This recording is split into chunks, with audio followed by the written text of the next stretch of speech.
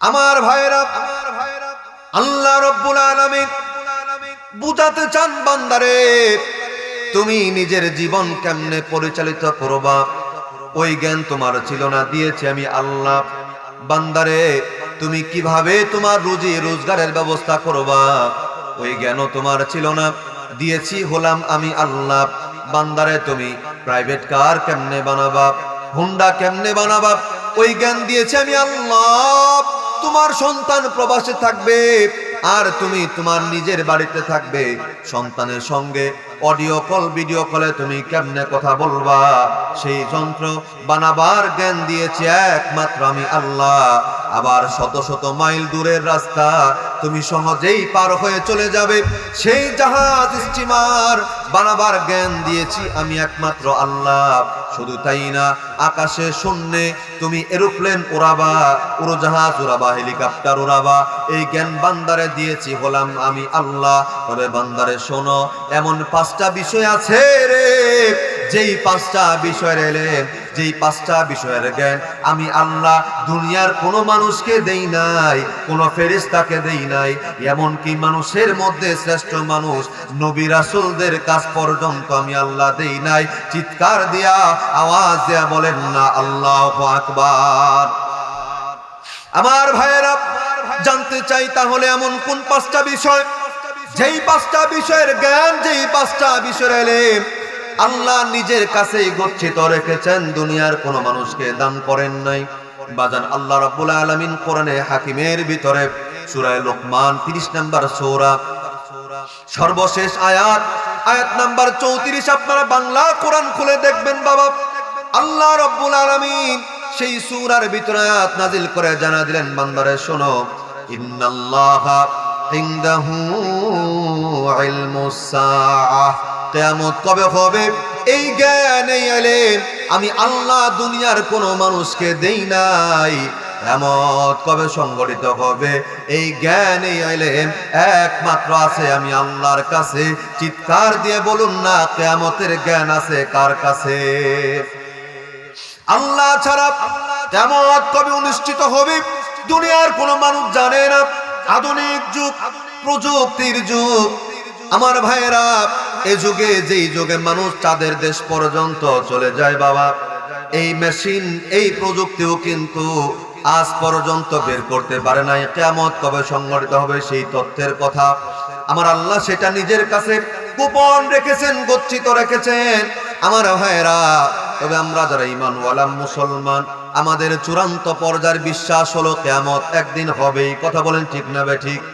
এই পৃথিবী ধ্বংস হয়ে যাবে, সব ধ্বংস হয়ে যাবে, আকাশ ভেঙে চূর্ণ বিচূর্ণ হয়ে পড়বে, জমিনটা তামার মতো হয়ে যাবে, নক্ষত্রগুলা খসে খসে পড়ে যাবে, পাহাড়গুলা ধুনিত তুলার মতো বাজান দিয়ে উঠতে থাকবে, সমস্ত মানুষ সেদিন ধ্বংস হয়ে যাবে, কিয়ামত সেদিন সংঘটিত হবে।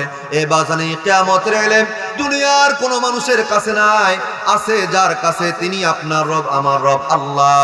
এজন্যই তো আল্লাহ বললেন, ইন্নাল্লাহা ইনদাহু ইলমুস সাআহ, কিয়ামত কবে সংঘটিত হবে এই জ্ঞান একমাত্র আমি আল্লাহর কাছে আছে।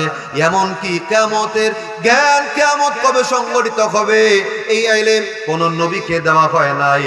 নবীদের মধ্যে শ্রেষ্ঠ নবী আমার আপনার নবী মুহাম্মদ সাল্লাল্লাহু আলাইহি ওয়াসাল্লাম জানতেন না কিয়ামত কোন দিন সংঘটিত হবে।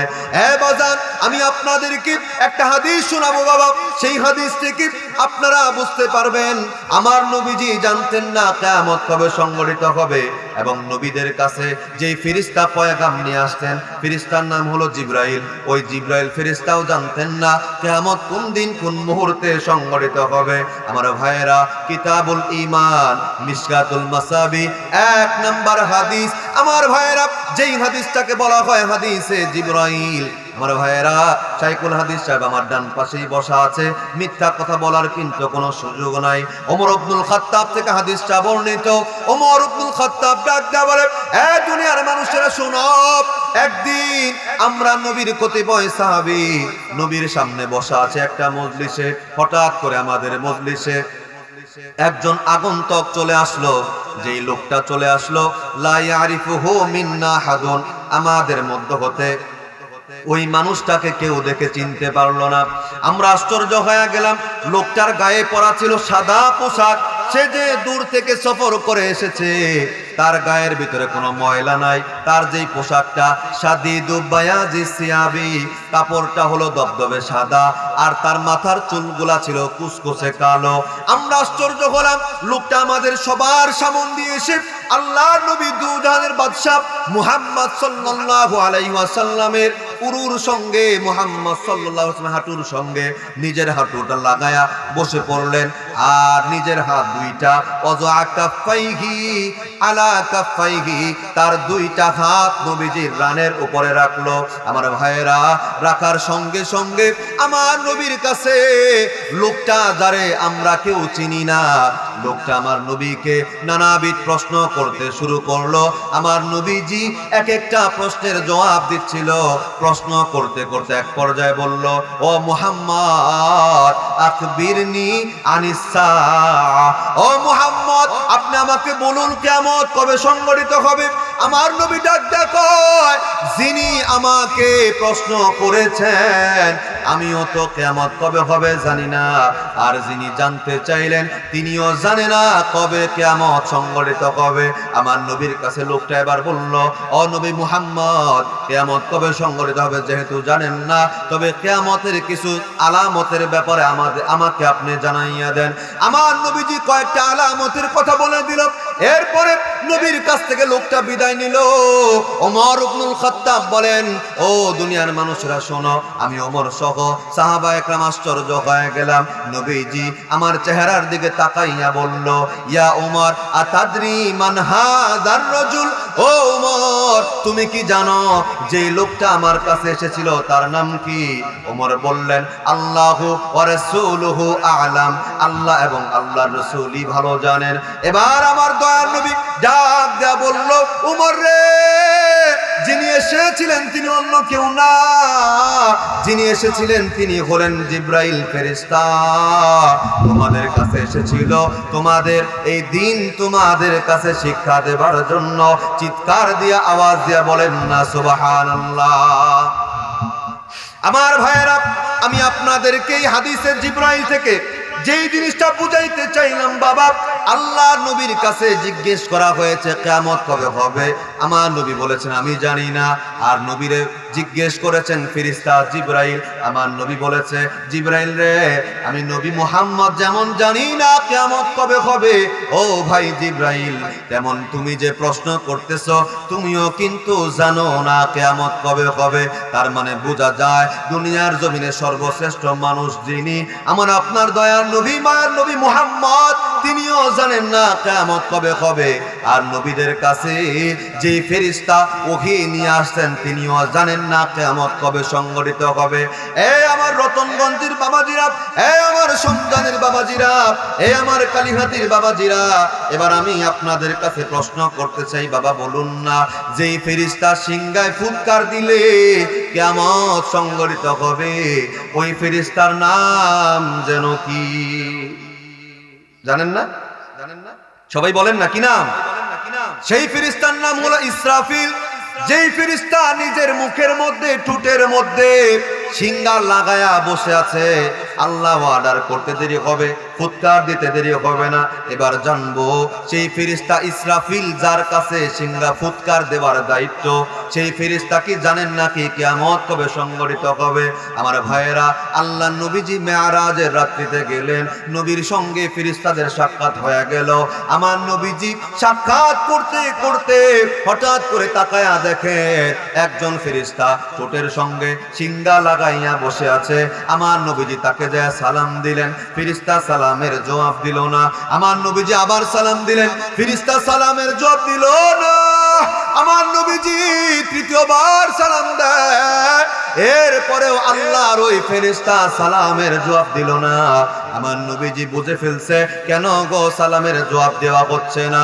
আমার নবী ডাক দেয়া বললেন, আল্লাহর ফেরেশতা শোনো, আমি আল্লাহর হাবিব যতক্ষণ পর্যন্ত উর্দু জগতে থাকবো, এতটুকু মেনে নাও যে আল্লাহ ততক্ষণ পর্যন্ত তোমার এই সিংহায় ফু দেওয়ার অনুমতি প্রদান করবেন না।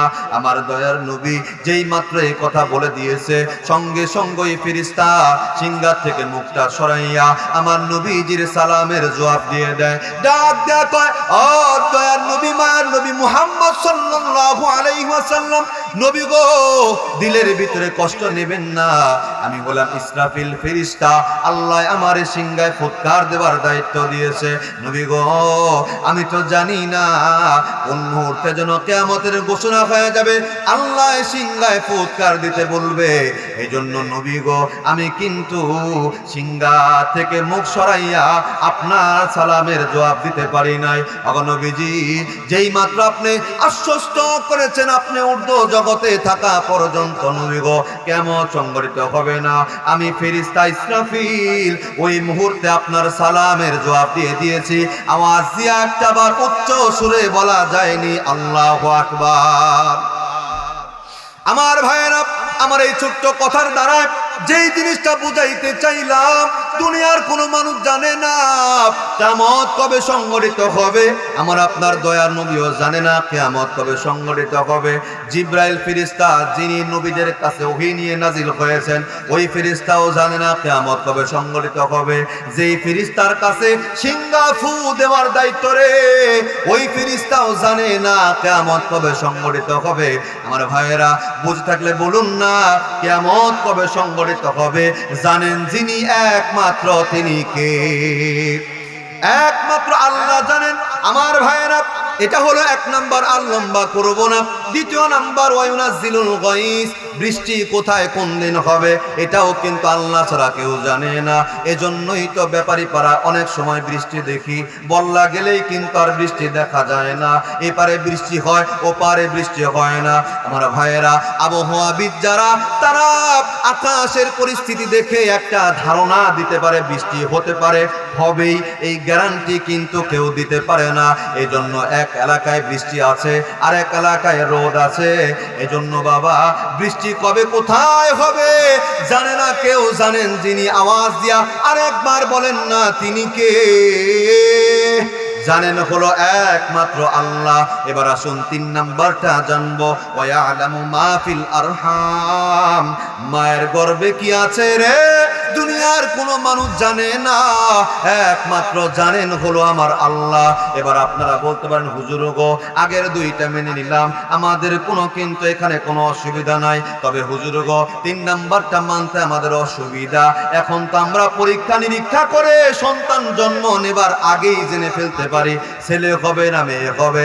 ও আমার ভাইয়েরা, আমি আপনাদের সামনে চ্যালেঞ্জ করলাম, গ্যারান্টি দিলাম, দুনিয়ার জমিনে কোনো সায়েন্টিস্ট এমন নাই, কোনো চিকিৎসা বিজ্ঞান এমন নাই, এমন কোনো প্রযুক্তি নাই মায়ের গর্ভে সন্তান যাওয়ার সঙ্গে সঙ্গে বলে দিতে পারবে ছেলে হবে না মেয়ে হবে। শুধু তাই না, 1 মাস 2 মাস 3 মাস পর্যন্ত কোনো মেশিন কিন্তু বলতে পারবে না, পরীক্ষা করলেও বের হবে না ছেলে হবে না মেয়ে হবে।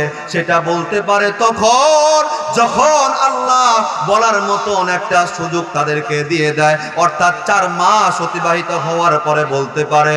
এ বাজান, তারপরেও আমি আপনাদের কাছে জানতে চাই, বলুন না, আজ পর্যন্ত কোনো ডাক্তার, কোনো ইঞ্জিনিয়ার, কোনো সায়েন্টিস্ট বাজান রে বলতে পেরেছে কি সন্তান যেটা জন্ম হবে সেটা বিকলাঙ্গ হবে না সুস্থ হবে? কেউ কি বলতে পারছে নাকি?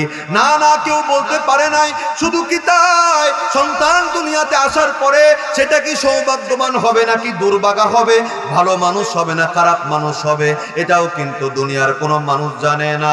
এজন্যই তো আমার আল্লাহ বললেন, বান্দারে, ওয়ায়ালামু মা ফিল আরহাম, তোমার মায়ের গর্ভে কি আছে, ছেলে আছে না মেয়ে আছে, ভালো হবে না খারাপ হবে, সুস্থ হবে না অসুস্থ হবে, ভাগ্যবান হবে না কপাল পোড়া হবে, দুনিয়ার কোনো মানুষ জানে না। জানেন যিনি, আওয়াজ দিয়ে আরেকবার বলেন না, তিনি কে? জানেন কিন্তু আমার আল্লাহ, আল্লাহ ছাড়া কিন্তু কেউ জানে না। এই আমার বাজান, কথা কিন্তু লম্বা করব না। এবার আসেন 4 নাম্বারটায় চলে যাব। ওমা তাদরি নাফসুম মাযা তাকসিবু গাদা, আগামীকাল মানুষ কি করবে এটা কিন্তু দুনিয়ার কোনো মানুষ জানে না। জানে কি জানে না? কেউ কিন্তু জানে না। আজকে রাত্রে প্ল্যান করে বসে আছেন, আগামীকাল সকালবেলায় বাড়ির সবাই মিলে আমরা আত্মীয় স্বজনের বাড়িতে যাব। ওই বাড়িতে দাওয়াত দিয়েছে, দাওয়াত খাবার জন্য সকালবেলায় প্রস্তুত হয়ে বের হয়ে গেলেন। রাস্তার মধ্যে গাড়ি অ্যাক্সিডেন্ট হয়ে গেল। পরিবারের সবাই মিলে দাওয়াত খাওয়া তো দূরের কথা, হাসপাতালের বেডের মধ্যে আমাদেরকে শুয়ে থাকতে হয়। এমন ঘটনা আমাদের দুইটা চোখের মধ্যে দেখা যায় কি যায় না? এমন ঘটনা দেখা যায়। তার মানে আগামীকাল কি হবে রে? আগামীকাল একজন মানুষ কোথায় যাবে, কোথায় থাকবে, একজন মানুষ কি করবে, দুনিয়ার কোনো মানুষ জানে না। ওই বিষয়টাও একমাত্র জানেন হলো আমার আপনার রব, আমার আপনার মালিক আল্লাহ। চিৎকার দিয়ে আওয়াজ দিয়ে বলেন না কথা ঠিক না বে ঠিক? আমার ভাইরা শুধু কি তাই? আসো 5 নাম্বারটায় চলে যাব। ওমা তাদরি নাফসুম বিআইয়ি আরদিন তামুত। একজন মানুষের মরণ কোথায় হবে, কোন বয়সে হবে, কোন অবস্থায় হবে রে, দুনিয়ার কোনো মানুষ জানে না। জানেন যিনি? আওয়াজ দেয়া বলেন না তিনি কে? এই আর একটু আওয়াজ দেয়া বলেন না তিনি কে? মরণ তো হবেই, এই কথা তো মানি। দুনিয়ার জমিনে চিরকাল কেউ বাঁচতে পারে নাই, আমিও আপনিও বাঁচতে পারবো না। মরণ হয়ে যাবে বাবা। কোন মুহূর্তে মরণ হবে, কোথায় মরণ হবে, কোন অবস্থায় মরণ হবে, কোন দেশে মরণ হবে, দুনিয়ার কোনো মানুষ জানে না। জানেন হলো একমাত্র আমার আল্লাহ। আমার আল্লাহ কোরআনে কারীমের ভিতরে স্পষ্ট জানায় দিয়েছেন, কুল্লু নাফসিন যায়িকাতুল মাউত। প্রতিটা প্রাণীকেই মৃত্যুর স্বাদ আস্বাদন করতে হবে। একজন প্রাণীও বাঁচতে পারবে না, একটা পিপিলিকাও বাঁচতে পারবে না, একটা চতুষ্পদ জন্তু বাঁচতে পারবে না। ও মানুষরে তোমরাও বাঁচতে পারবে না। দুনিয়াতে আসছো যেহেতু, দুনিয়া থেকে বিদায় হতেই হবে। কখন বিদায় হওয়া লাগবে? আমার আল্লাহ বলেন, লিকুল্লি উম্মাতিন আজাল। প্রতিটা মানুষের জন্য একটা নির্ধারিত সময় আছে। ইযা জা আজালুহুম ফালা ইস্তাখিরুনা সাআতাও ওয়ালা ইস্তাকদিমুন। আমার ভাইরা, ওই মানুষের সময় যখন শেষ হয়ে যাবে, সামান্য পরিমাণ দেরিও করা হবে না। তার প্রাণ পাখিটা সামান্য সময় আগেও কিন্তু তার কাছ থেকে নেওয়া হবে না। কিন্তু বাজান রে, মরতে তাকে হবেই। মরণের হাত থেকে কেউ বাঁচতে পারবে না। এ বাজান, কখন মরবো দুনিয়ার কোনো মানুষ জানে না। ইন্নাল মাউতা লা ইউদ্রিকুম ওয়ালাউ কুনতুম ফি বুরুজিন মুশাইয়াদা। মৃত্যু তোমাদেরকে গ্রাস করবে, যদিও তোমরা কঠিন কোন দুর্গের মধ্যে, কঠিন কোন তোমরা কেলার ভিতরে তোমরা আশ্রয় নেও না কেন। মৃত্যুর হাত থেকে বাঁচবার জন্য কঠিন কোন কেলার ভিতরে, দুর্গের ভিতরেও যদি নিজেকে গোপন রাখো বাবা, শুধু তাই না, যদি কোনো গ্লাসের ভিতরেও নিজেকে গোপন রাখো, খোদার কসম করে বললাম বাবা, মৃত্যুর হাত থেকে বাঁচা যাবে না। মরণ কিন্তু তোমাকে পাকড়াও করবেই। এ বাজান, আমি আপনাদেরকে এবার ছোট্ট একটা কাহিনী শোনাইতে চাই বাবা। যেই কাহিনী শুনলে বুঝে আসবে রে, মরণের হাত থেকে যতই পালাবার চেষ্টা করো, মরণের হাত থেকে কিন্তু পালানো যায় না। এ আমার বাজান, কিতাবের মধ্যে পাওয়া যায়। আমার ভাইরা, একজন গোলাম ছিল, গোলাম একটা, তার মালিক ছিল মনিবা, একজন মহিলা মানুষ। ওই মহিলার বাচ্চা প্রসব হবে। গোলামের কাছে মহিলা বলেছে, যাও ও গোলাম যাও, শীতের রাত চলতেছে, প্রসব বেদনা উঠে গেছে, আগুনের প্রয়োজন, আমার জন্য আগুনের ব্যবস্থা করো। গোলাম যখন আগুনের জন্য চলে গেল বাবা, সঙ্গে সঙ্গে প্রতিমধ্যে একটা দরবেশের সঙ্গে সাক্ষাৎ। দরবেশ ডাক দেয়া কয়, গোলাম রে, কার জন্য আগুন নিয়ে যাও জানো? ওই মহিলার গর্ভ থেকে একটা কন্যা সন্তান জন্ম হবে। ওই কন্যা সন্তান এমন কন্যা সন্তান যে দুনিয়ার জমিনে 100 পুরুষের সতীত্ব সে নষ্ট করবে। তুমি কি তার জন্য আগুন নিয়ে যাইতেছো নাকি? এই কথা শোনার সঙ্গে সঙ্গে গোলামের যেন কেমন লেগে গেল, দৌড়া বাড়ির মধ্যে চলে আসছে। বাবা গর্ভ থেকে কেবলমাত্র সন্তান প্রসব হয়েছে, ওই ছোট্ট সন্তান, ফুটফুটে সন্তান, কন্যা সন্তান, গোলামটা কোনো কিছুর দিকে খেয়াল না করে বড় হইয়া 100 পুরুষের সঙ্গে জিনা করবে, এই চিন্তা তার মাথায় চলে এসেছে।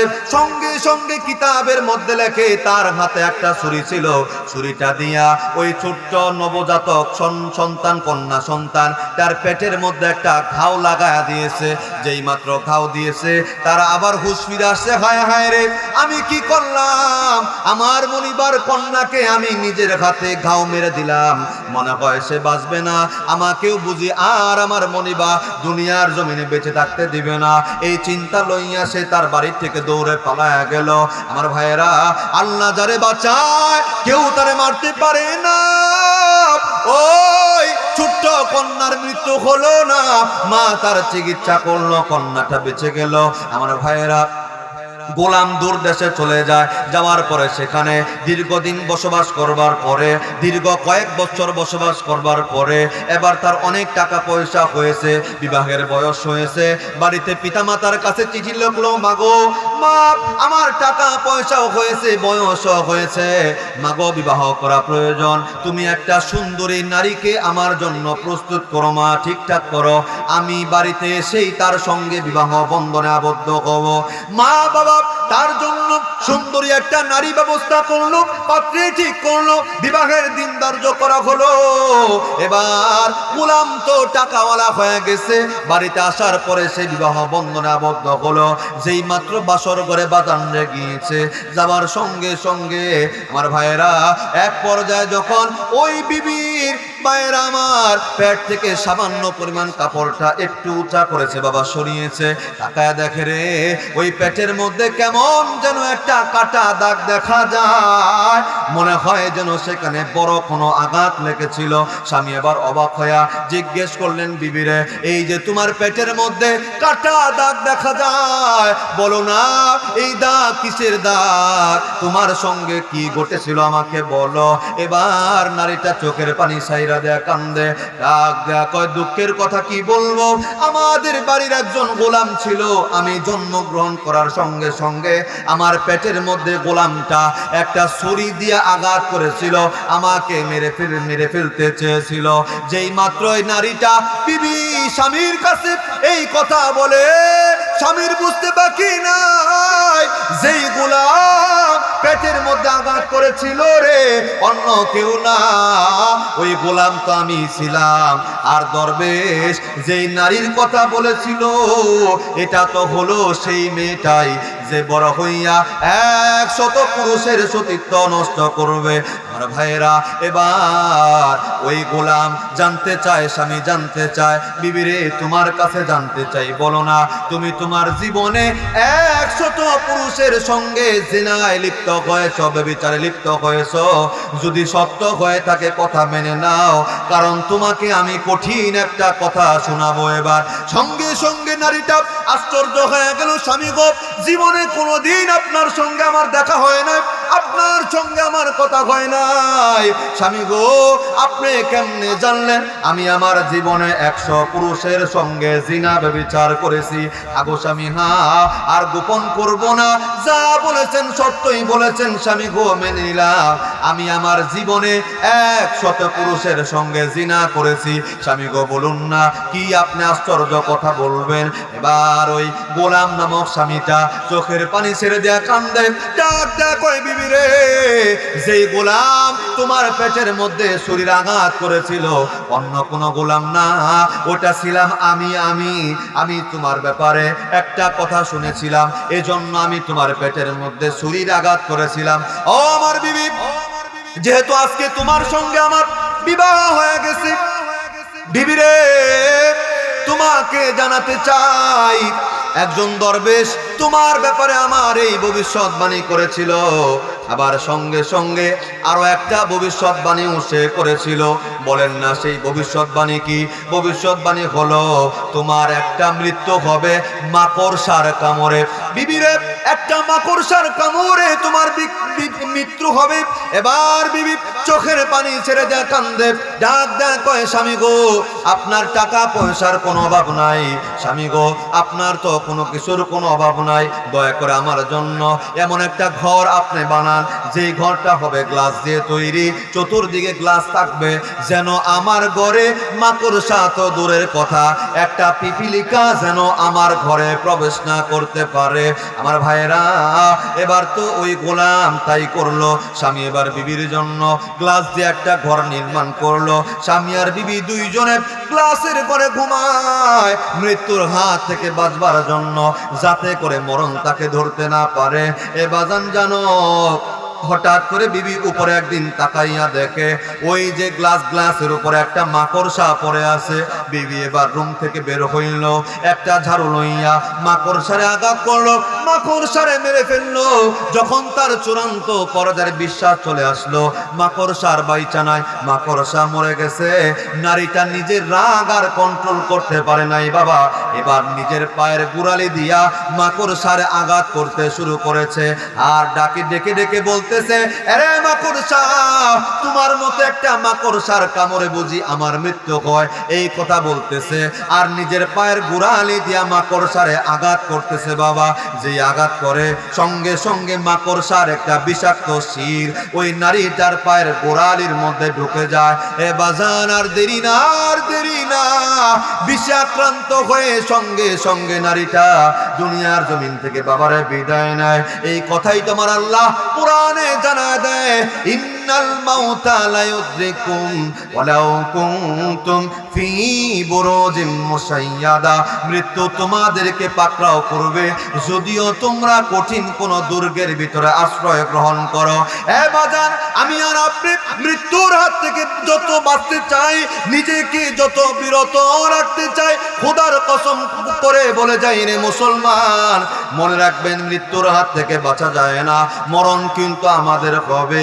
এ বাজার, আপনাদেরকে কেমনে যে কথাগুলা বোঝাই রে বাবা, দুনিয়ার জমিনে নিজের পূর্বপুরুষের দিকে তাকাইয়া দেখো, নিজের দাদা পরদাদা দুনিয়ার জমিনে যেমন বাইচা নাই, তেমন কিন্তু আমরাও দুনিয়ার জমিনে চিরকাল বেঁচে থাকতে পারবো না।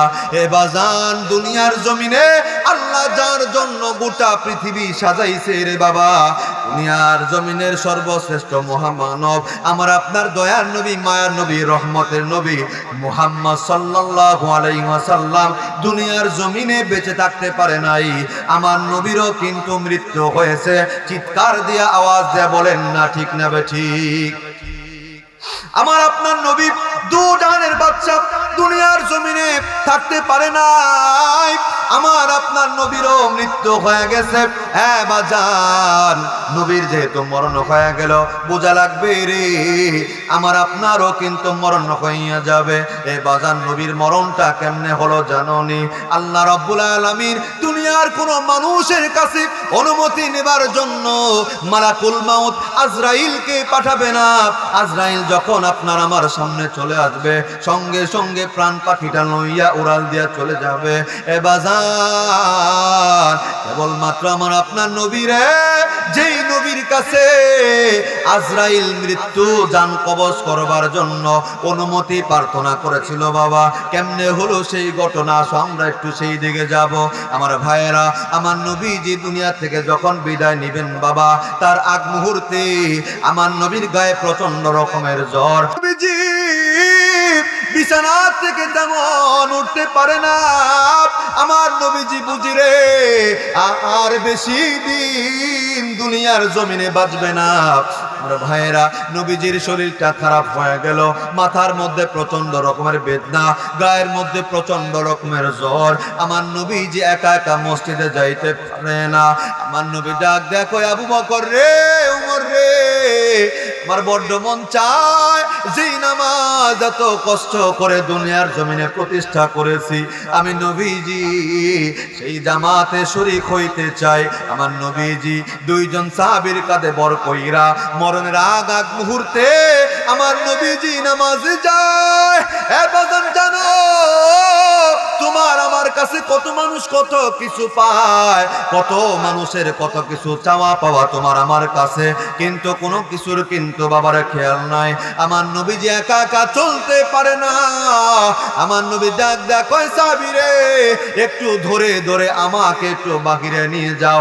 আমার নবীজিকে, আল্লাহর নবীকে দুইজন সাহাবী কাদের মধ্যে ভর করে আমার নবীজিকে একটা জায়গার মধ্যে নিয়ে যাওয়া হলো।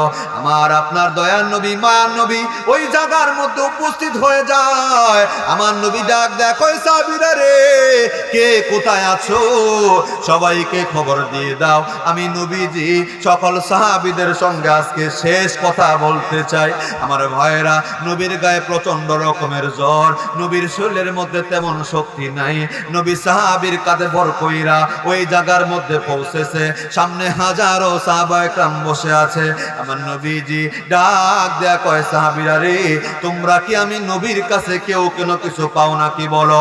যদি আমি নবীর কাছে কেউ কোনো কিছু পেয়ে থাকো বলো, আমি নবীজি তোমাদের পাওনা পরিশোধ করতে চাই। আমার নবীজি যেই মাত্র এই কথাগুলা কয়, নবীর সামনে তো আবু বকর বসা আছে, ওমর বসা আছে, উসমান বসা আছে, আলী বসা আছে, হাজারো সাহাবায়ে কেরাম বসা আছে। নবীর কাছে কারো দানা পানা নাই, কেউ কিছু বলে না। আমার নবীজি জানতে চায়, ও আমার সাহাবীরা রে, আমি নবীজি তোমাদের উপরে না জেনে না বুঝে থাকলেও যদি কারো উপরে সামান্য পরিমাণ আঘাত দিয়ে থাকি, আজকে তোমরা আমার কাছে বলতে পারো। আমার মরণ হয়ে গেলে আল্লাহর সামনে তোমরা কিন্তু আমি নবীর ব্যাপারে কোনো অভিযোগ করো না। বলো, আমি নবীর ব্যাপারে তোমরা কেউ কি কোনো কিছু বলতে চাও নাকি বলো? এ বাজান জানো, হাজার হাজার সাহাবীরা বসা আছে রে, কেউ কোনো কথা বলে না। আবার দয়ার নবী যেইভাবে কথা বলতেছে বোঝা যায় আবার নবীর আর বেশি দিন পাওয়া যাবে না। সাহাবায়ে কেরাম নিজেদের মাথার নিচের দিকে দিয়া বাবারে কান্দে। বাজান রে, জানো, যখন কোন সাহাবীর জবানে কোনো কথা নাই, অভিযোগ নাই, পিছন দিক থেকে একজন সাহাবী দুইটা হাত তুলছে, নবী গো, আমি আমার নবী গো, আপনার ব্যাপারে সামান্য একটু কথা আছে, আর যে আছে গো নবী। আমার নবী ডাক দেয়া বললেন, ও আমার সাহাবীরা আসো। ইতিহাসের পাতায় সাহাবীর নাম লেখা হয় হযরত উকাশা। আমার নবী বললেন, উকাশা রে, সামনে আসো, বলো আমি নবীর ব্যাপারে তোমার কোন কথা আছে বলো।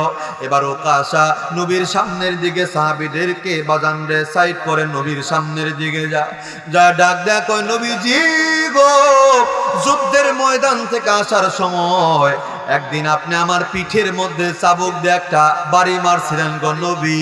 ওগো নবীজি, আজকে আমি সেটার পাওনা বুঝে নিতে চাই। নবী গো, আমি আপনার পিঠের মধ্যে একটা চাবুকের আঘাত করতে চাই। আমার নবী অবাক হয়ে যায়। এ বাজান জানো, সাহাবায়ে কেরাম অবাক হয়ে যায়। উকাশা রে, এটা কেমন কথা বললার, যে নবীর গায়ে মশা মাছি বসা পর্যন্ত হারাম রে, এই নবীর গায়ে চাবুকের আঘাত করতে চাও, এটা কেমন কথা? আমার নবী কয়, সাহাবীরে তোমরা কেউ কথা বলো না। উকাশা রে, চাবুক লও, আমার পিঠের মধ্যে আঘাত করো, আমি নবীজি বাধা দেব না। আমার ভাইরা, আমার বন্ধুরা, উকাশা দাঁড়ায় কয়, নবীজি গো, অন্য কোন চাবুক দিয়ে আঘাত করব না। সেদিন আপনি আমারে যে চাবুক দিয়া নবী গো আঘাত করেছিলেন, নবীজি আজকে আমিও সেই চাবুক খানা দিয়াই আপনারে আঘাত করতে চাই। আবার নবী একজন সাহাবীরে ডাক দেয়া কয়, সাহাবীরে যাও, আমার কন্যা ফাতিমার বাড়িতে যাও, ফাতিমার বাড়িতে সেই চাবুকখানা ছেড়ে চাবুকটা নিয়ে আসো, উকাশার হাতে দাও। সাহাবায়ে কেরাম কান্না করতে করতে ফাতিমার বাড়িতে চলে যায়। ফাতিমা রে, আমার নবীজি তোমার বাড়িতে নাকি চাবুক রাখছে, চাবুকখানা দাও। ফাতিমা চোখের পানি ছেড়ে দেয়া কান্দে। আমার বাবার এমন সময়, এত অসুস্থ, আমার বাবা ঘোড়া কিংবা উটের উপরে সওয়ার হতে পারবে না রে সাহাবী তবে জানতে চাই বলো না চাবুক লাগবে কেন যেই মাত্র ফাতেমা জানতে চায় সাহাবীরা কথা বলতে পারে না কান্দে ফাতেমা রে কোনো কিছু জানতে চাইও না বলতে পারবো না নবী চাবুক চাইছে চাবুক খানা দিয়ে দাও ফাতেমা কান্না করতে করতে চাবুক দিয়ে দিল সাহাবীরা চাবুক লইয়া নবীর কাছে যায় ফাতেমা হাসান হুসাইন ডাক দেয় রে হাসান হুসাইন তোমার নানা চাবুক চাইছে মন যেন কেমন কেমন করে রে যাও না হাসান যাও না হুসাইন যায় দেখো না তোমার নানার সঙ্গে কেউ কি কোনো খারাপ ব্যবহার করলো কি হাসান হুসাইন কান্না করতে করতে নানা নানা বলতে বলতে দৌড় দিছে রে যায় দেখে নবী আমার নিজের হাতে চাবুক খানা লইয়া সাহাবী উকাসার হাতে উঠাইয়া দেয় সাহাবীরে যত মারতে মন চায় মারো আল্লাহর দরবারে অভিযোগ কিন্তু করো না এবাজান জানি না রে কার হৃদয়ে যেন আমার নবীর জন্য ভালোবাসা সাহাবায়ে کرام কান্দে উকাসা এত নিষ্ঠুর কেমনে হইলার মারতে যদি মন চায় আঘাত যদি করতে মন চায় আমি আবু বকর রেখে চোখে দেখো না যত মানতে মন চায় আমি আবু বকরের গোটা শরীর তোমারে দিয়ে দিলাম যত মারতে মন চায় চাবুক দিয়ে আমারে মারো আমার চোখের সামনে আবার দয়ার নবীর মায়ার নবীর দেহ মোবারকে একটা আঘাত ও কাশা তুমি করো উমর লাভ দেয়া দাঁড়ায় ও কাশা রে এত বাসান কেমনে হইলি রে মারতে যদি মনে চায় আমি উমর রে মারো আমার চোখের সামনে আমার দয়ার নবীর গায়ে আঘাত করো না উসমান কান্দে আলী কান্দে হাজার হাজার সাহাবীদের চোখে পানি রে এই কঠিন দৃশ্য আমরা কেমনে মাইনা নেই হাসান হুসাইন নবীর নাতিরা কান্দে উকাশা নানার গায়ে আঘাত করো না নানার শরীর ভালো মারতে যদি মনে চায় আমি হাসান হুসাইন রে মারো আর আমার দয়ার নবী ডাক দেয়া কয় রে সাহাবীরা কেউ কোনো কথা বলো না আয় রে উকাশা আমি নবীর গায়ে মার এরপরও আল্লাহর সামনে কোনো অভিযোগ কিন্তু করুন উকাশা ডাক দেয়া কয় নবীজি গো যেদিন আপনি আমার গায়ে আঘাত করেছিলেন গো নবী সেদিন নবী আমার পিঠের মধ্যে কোনো কাপড় ছিল না গো নবী আজও আপনার পিঠে কোনো কাপড় থাকলে আমি কিন্তু আঘাত করব না সাহাবীদের মাঝে কান্নার রুল পড়ে যায় উকাশা রে তোমার দিলে কি দয়া নাই মায়া নাই গো কেমনে গো নবীর এই খারাপ শরীরে নবীর দেহ মোবারকের কাপড়টা তুমি উঠাইতে চাও আমার দয়ার নবীজি নিজের পিঠের কাপড়টা বাঁধান রে তুইলা উকাশার দিকে পেটটা বাড়ায় ডাক দেয় আয় রে উকাশা আমি নবীর শরীর ভালো না আমার পিঠটা দিলাম আঘাত যদি করতে চাও আঘাত করো তবে আল্লাহর সামনে যায়া আমি নবীর ব্যাপারে কোনো অভিযোগ যেন তোমার না থাকে এ বাজান জানাব এ নবীর আশিকরা জানাব যেই মাত্র নবীর পিঠ মুবারক থেকে নবী কাপড় উঠাইছে উকাশা একটা চিৎকার দিছে রে নবী গো আমি উকাশা এই মুহূর্তে আমার জীবন নবীজি আপনার জন্য বিলায় দিতে পারি নবী গো কেমনে গো পারবো আমি উকাশা আমার হাত দিয়ে আপনার গায়ে আঘাত করতে উকাশা চাবুক কানা ঢেল দিয়া দূরে ফালাইছে আমার নবীজির পিঠ মুবারকের মধ্যে যায়া নিজের বুকটা লাগাইছে।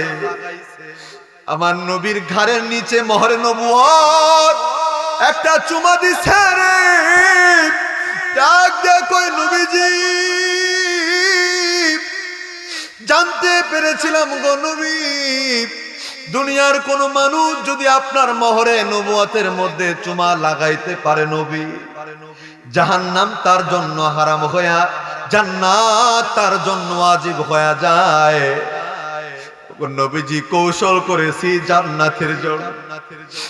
নবীজি সারা জীবন মন চাইছে আমার এই বুকখানা আপনার শরীরের সঙ্গে লাগাবো। নবী গো কোনদিন সম্ভব হয় নাই। নবীজি আমি আমার মনের তামান্না মিটাইছি নবী গো, আপনার দেহের সঙ্গে আমার দেহটা লাগাইছি গো নবী। নবী গো আমার মন বলে আপনার দেহের সঙ্গে যার দেহ লেগে যাবে তার দেহ কোনদিন জাহান্নামের আগুনে জ্বলবে না। চিৎকার দিয়া বলো না আল্লাহু আকবার। আমার ভাইরা, আমার নবীজি বাড়ির মধ্যে চলে যায় যেন আমার নবীজির শরীরটা দিন দিন আরো খারাপ হয়ে যাচ্ছে। আমার ভাইরা, নবীর শরীরটা এমন হয়ে গেল রে বাবা, নবীজি আর বিছানা থেকে উঠতে পারে না, নড়তে চড়তে পারে না। আমার নবীর বিবিদের কাছে নবী আবেদন করলেন, বিবিরা রে অনুমতি যদি দাও আমার সে সময়টা আমি আয়েশার ঘরে কাটাইতে চাই। বাজান রে জানো দু জাহানের বাদশা নবী মুহাম্মদ সাল্লাল্লাহু আলাইহি ওয়াসাল্লাম মৃত্যুর ঠিক আগ মুহূর্তে আয়েশা সিদ্দিকার উরুর মধ্যে নিজের মাথাটা দিয়া বাজান রে শুয়ে আছে। আমার নবীজি ডাক দেয়, আয়েশা রে ভালো লাগে না, কেমন যেন লাগে। একটাবার আমার আদরের কন্যা ফাতেমারে খবর দাও, ফাতেমা যেন আমার কাছে একটু বসে। ফাতেমারে খবর দেওয়া হলো, আমার নবীর সামনে ফাতেমা বসে গেল। আমার নবী ফাতেমার ডাক দেয়, আয় রে ফাতেমা আমার মুখের কাছে কানটা লাগারে মা। ফাতেমা নিজের বাবা মুহাম্মদ সাল্লাল্লাহু আলাইহি ওয়াসাল্লাম মুখের কাছে নিজের কানটা লাগাইলো। আমার নবী যেন কি বলল, ফাতেমা শুইনা হাউমাউ করে কান্দে। আমার নবীজি ডাক দেয়, কই ফাতেমা আয় মা, কান্দিস না, আরেকটা বার কানটা লাগা। ফাতেমা কান লাগাইলো রে। আমার নবী যেন কানে কানে কি বলল। এবার ফাতেমার চোখে পানি নাই, ফাতেমা কান্দে না, ফাতেমা মুস্কি মুস্কি হাসে। আয়েশা তো পাশেই বসা পাগল হয়ে গেল। ফাতেমা রে বলো না আমার নবী তোমারে প্রথম কি বলল, যা শুই না তুমি কাঁদলা। আবার নবীজি তোমারে কি বলল, যা শুই না তুমি হাসলা। এ বাজান সময় হলে পরে এই দুইটা কথা বলবো। ফাতেমারে নবী প্রথমে কি বলল যেটা শুনে ফাতেমা কাঁদলো, পরে নবীজি কি বলল যেটা শুই না ফাতেমা হাসলো। এ বাজার ঠিক এমনই মুহূর্তে ঘরের বাহির থেকে কে যেন দরজার মধ্যে টোকা মারে। আল্লাহ নবী কয়, ফাতেমা ঘরের দরজার বাহিরে দেখো না কে আছে, একটু দেখো। ফাতেমা ঘরের দরজা খুলে দিল, তাকাইয়া দেখে এমন এক আশ্চর্য ব্যক্তি দেখা যায়। ফাতেমা মনে মনে ভয় পাইছে, বাবা গো এই মানুষটা এমন, কেমন যেন দেখেই বড্ড ভয় লাগলো গো বাবা। ফাতেমা রে লোকটা আমার কাছে কি চায়? বাবা গো আপনার ঘরে ঢোকার অনুমতি চায়। ফাতেমা অনুমতি দিলাম, তারে ঘরের ভিতরে আসতে দাও। ফাতেমা আসতে দিতে চায় না। ও আমার আব্বা জান, আমার বড্ড ভয় লাগে, কেমন কেমন যেন দেখা যায়। আমার নবী অনুমতি দিয়ে দিল, ফাতেমারে বাধা দিস না, বাড়ির ভিতরে আসতে দে। যেই মাত্র ঘরের ভিতরে বাজান রে চলে আসছে, মানে আপনার নবীরে সালাম দেয়, ইয়া রাসূলুল্লাহ, ইয়া হাবিবাল্লাহ, নবী গো, আনা মালাকুল মাউত, নবী গো আমি মৃত্যুর ফেরেশতা, আমার নাম হলো আজরাইল। নবী গো জিন্দেগিতে কোনোদিন আপনার সঙ্গে আমার দেখা হয় না। আজরাইল রে, তুমি আমার কাছে কি চাও? আজরাইল ডাক দেয়া কয়, নবী গো দুনিয়াতে আজ পর্যন্ত যত নবী রাসূল, যত মানুষের জান কবজ করছি, আমি আজরাইলের এমন পাওয়ার নবী গো কোনোদিন কারো কাছ থেকে অনুমতি নেওয়া লাগে নাই। আগো নবীজি, আজ যখন আল্লাহ আমারে আপনার কাছে পাঠায়, নবী গো আল্লাহ আপনার কাছে আসার পরে অনুমতি নিতে বলছে, আপনি যদি অনুমতি দেন জান কবজ করব, নতুবা জান কবজ করব। আমার নবী ডাক দেয়া কয়, যেই ফেরেশতা আমার কাছে বারবার আসে, জিবরাইল কই? মালাকুল মাউত কয়, নবী গো আমি আসার পথে জিবরাইল প্রথম আসমানের মধ্যে দেখা আসছি।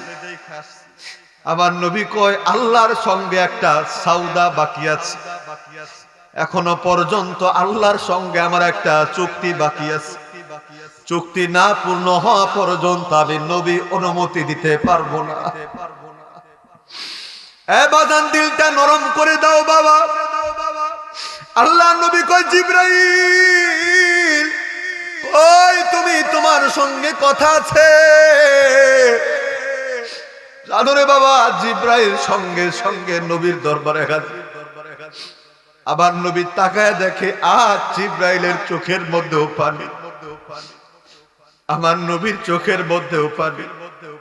আমার নবী জিবরাইলকে জিগায়, জিবরাইল রে, কত শত হাজার বার তুমি আমার কাছে আসলা, কোনদিন তো জিবরাইল তোমার চোখে পানি দেখলাম না, আজ কেন জিবরাইল রে তুমি কান্দো? জিবরাইল চোখের পানিতে আমার ভাইরা কান্না জড়িত কণ্ঠে ডাক দেয়া কয়, নবী গো,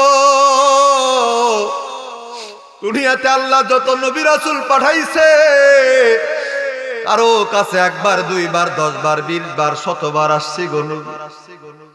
আপনি নবীর কাছে একবার, দুইবার না, 1000, 2000 বার না নবী গো, আপনার নবীর কাছে আমি জিবরাইল 24,000 বার আসছি। আল্লাহু আকবার।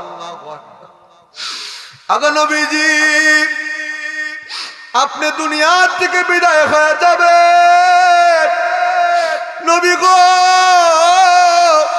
আমি জিবরাইল আর কোনদিন আপনার সান্নিধ্য পাবো না। নবী গো আমি জিবরাইল কোনদিন আর আপনার ওই চাঁদ মাখা মুখ দেখবো না। নবী গো আমার আশার দরজাও তো বন্ধ হয়ে যাবে, এই যে আপনার সঙ্গে আমার একটা ডিফারেন্স হয়ে যাবে গো নবী। এই বিরহ ব্যথায় আমি জিবরাইলের চোখে পানি, তবে নবী জানতে চাই আপনার চোখে পানি কেন? আবার দয়ার নবী, মায়ের নবী কান্দে রে, ডাক দেয়া কয়, জিবরাইল আমার চোখের পানি অন্য কোনো কারণে না, আমার চোখে পানি হলো আমার গুনাহগার উম্মতের জন্য। আল্লাহু আকবার।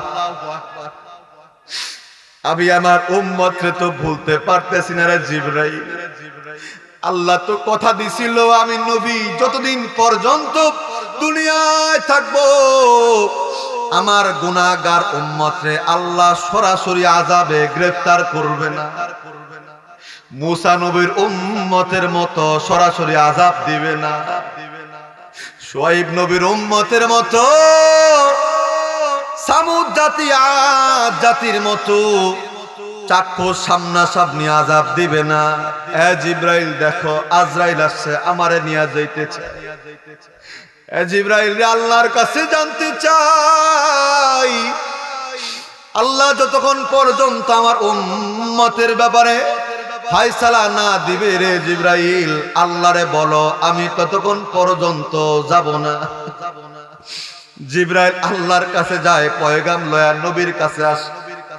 ইয়া রাসূলুল্লাহ, ইয়া হাবিবাল্লাহ, নবী গো চোখের পানি মুছুন, আল্লাহ আপনার উম্মতের জিম্মাদার হইছে। নবী গো আপনি আপনার উম্মতের জন্য দুনিয়ায় থাকবেন না, আপনার উম্মতের জিম্মাদার আমার আল্লাহ হয়ে গেছে। আমার আল্লাহ আপনার উম্মতকে দুনিয়াতে একেবারে চাক্ষুষ কিন্তু শাস্তি দিবে না। চিৎকার দিয়া আওয়াজ দিয়া বলেন না আল্লাহু আকবার। আমার আপনার দয়ার নবী, মায়ের নবী মৌতের কালে উম্মত ভুলে নাই। এ বাজান, আমার নবী আজরাইলকে অনুমতি দিল, আজরাইল এবার আমার জানটা নিয়ে যাও। এ আজরাইল আমি আর বাধা দেব না।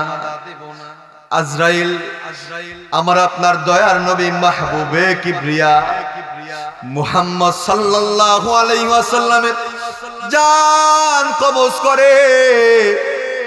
বাজান জাননি নবীজির বিদায়ে গোটা মদিনা কান্দে, সাহাবীরা পাগলের মতো হয়ে যায়। সাহাবী ডাক দেয়া কয়, দুনিয়ার মানুষে জানো আমার নবীজি যেদিন মদিনায় আগমন করেছে এর চাইতে উত্তম দিন দেখি নাই। আর আমার নবীজি যেদিন দুনিয়া থেকে বিদায় নিয়েছে এর চাইতে অন্ধকার দিনও কোনো দিন কিন্তু দেখি নাই। এ বাজান জানো নবীর মৌতে, নবীর ইন্তিকালে গোটা দুনিয়া থমকে যায়। আমার নবীর সাহাবীরা পাগল পারা হয়ে যায়। গোটা মদিনায় কান্নার রোল পড়ে যায়। আজ কেন করুণা জারি, আজ কেন করুণা জারি সারা দুনিয়ায়। দয়ার নবী মুহাম্মদ নাই রে দুনিয়ায়, বলো কামলেওয়ালা মুহাম্মদ নাই রে দুনিয়ায়। আজ কেনে করুণা জারি, আজ কেনে গো আহা জারি গোটা দুনিয়ায়।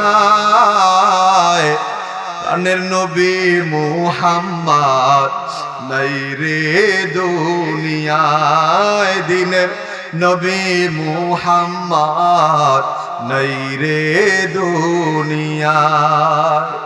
নবীজির ওফাত শুনিয়া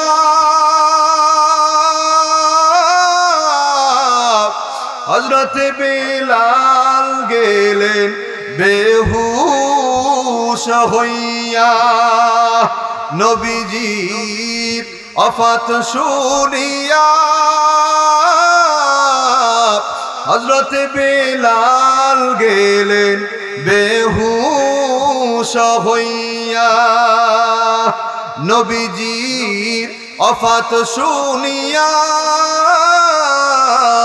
হযরত বিলাল গেল বেহুশ হইয়া। জ্ঞান হারায়া বেলাল, জ্ঞান হারায়া বেলাল ধুলাতে লুটায়। দিনের নবী মুহাম্মদ নাই রে দুনিয়ায়, প্রাণের নবী মুহাম্মদ নাই রে দুনিয়ায়। এ আমার বাজার, এ আমার বাবাজি, আর লম্বা করবো না বন্ধু। আমার দয়ার নবী দুনিয়া থেকে বিদায় হয়ে যায়। নবীজির বিদায়ে দুধের শিশুরা মায়ের স্তন থেকে দুধ পান করা বন্ধ করে দেয় রে বাবা। বনের পশু পাখিরা তাদের আহার খোঁজা বন্ধ করে দেয়। সাহাবীরা পাগল পারা হইয়া যায়। এ বাজান, এবার আপনাদের কাছে বলতে চাই বাবা, আমার আপনার দয়ার নবী যারে না বানাইলে আল্লাহ দুনিয়া বানাইতো না। ওই নবী দুনিয়া থেকে বিদায় হয়ে গেছে, দুনিয়াতে থাকতে পারে নাই বাজান। বাজান তুমি আর আমিও দুনিয়াতে থাকতে পারবো না রে বাবা। কার যেন কাফনের কাপড় বাজারে চলে আসছে বন্ধু, যেই বাসনা সাবান দিয়া গোসল করানো হবে, কার জন্য যেন দোকানে সেই বাসনা সাবান রেডি হয়ে গেছে, জানি না রে কার মৃত্যুর ফরমান যেন জারি হয়ে গেছে বাবা। এই দুনিয়া থাকা যাবে না, চিরকাল থাকার জায়গা না। অনেকের বাবা নাই, অনেকের মা নাই, অনেকের অনেক আত্মীয় স্বজন অন্ধকার কবরে ঘুমায় আছে। এ বাজান তোমাদের সামনেই তো কবর দেখা যায়। এ বাজান একদিন এমন তোমার আমার জন্য জীবনের সময় চলে আসবে বাবা। দুনিয়ার সহায় সম্পত্তি, টাকা পয়সা, বাড়ি গাড়ি, আত্মীয় স্বজন, ছেলে সন্তান, বিবি বাল বাচ্চা সবাইকে রেখে চলে যাব। অন্ধকার কবরে আমার একা একা থাকতে হবে। সাথী পাবো না, বাতি পাবো না, অন্য কোনো জায়গা পাবো না। 3.5 হাত জায়গা হবে আমার ঠিকানা। এ বাজান জানো আমার নবী হাদিসের মধ্যে ডাক দেয়া কয় উম্মত রে শোনো, আল কবরু রাউযাতুম মিন রিয়াজিল জান্নাহ আও হুফরাতুম মিন হুফারিন নার। কবরটা হয় কারো জন্য জান্নাতের বাগান, আবার কবরটা হয় কারো জন্য জাহান্নামের গর্ত। এ বাজান জানি না গো কোন মানুষটা আছো নিজের কবর আযাব মাফ করাইতে চাও বন্ধুরে, জানি না এমন কি আছো মরতে তো হবেই নিজের সম্পত্তি থেকে, পরকালীন জীবনের পুঁজি বানাইতে চাও বাবা। এ বাজান জানি না কার যেন বাবা দুনিয়ার জমিনে বেঁচে নাই, কার যেন জনম দুঃখিনী মা দুনিয়ার জমিনে বেঁচে নাই। অন্ধকার কবরে শুয়ে শুয়ে ডাকে সন্তান রে, একা একা অন্ধকার কবরে কষ্ট করে শুয়ে আছি বাজান রে, তোমার কি আমার জন্য কিছু করার নাই? এ বাজান জানি না এই ভরা মজলিস এমন কে আছো বাবা, যার জনম দুঃখিনী মা অন্ধকার কবরে, যার বাবা অন্ধকার কবরে শুয়ে আছে বাবা। এ বাজান আসলে একজন ব্যক্তি এমন যে পিতা মাতার কবর আযাব মাফ করাইতে চাও, পিতা মাতার কবরটারে জান্নাতের বাগান বানাইতে চাও, পিতা মাতার কবর আযাব মাফ করাইতে চাও, কবরটারে জান্নাতের বাগান বানাইতে চাও। এ বাজান 1 নাম্বার এমন কোন মানুষটা আছো বান্দারে, ও আমার বাজান রে, আল্লাহর ঘরে মসজিদের জন্য 20,000 টাকা দান করবা, প্রাণ ভরে তোমার জন্য দোয়া করব আল্লাহ যাতে করে তোমার পিতা মাতার কবর আযাবটা মাফ করে দেয় বাবা। এ বাজান বলো না এই দুনিয়াতে যেহেতু থাকা যায় না, চলেই যেতে হবে, অন্ধকার কবরটা যেন আলোকময় হয়। এজন্য বাবারে 1 নাম্বার এমন কোন মানুষ আছো বাবা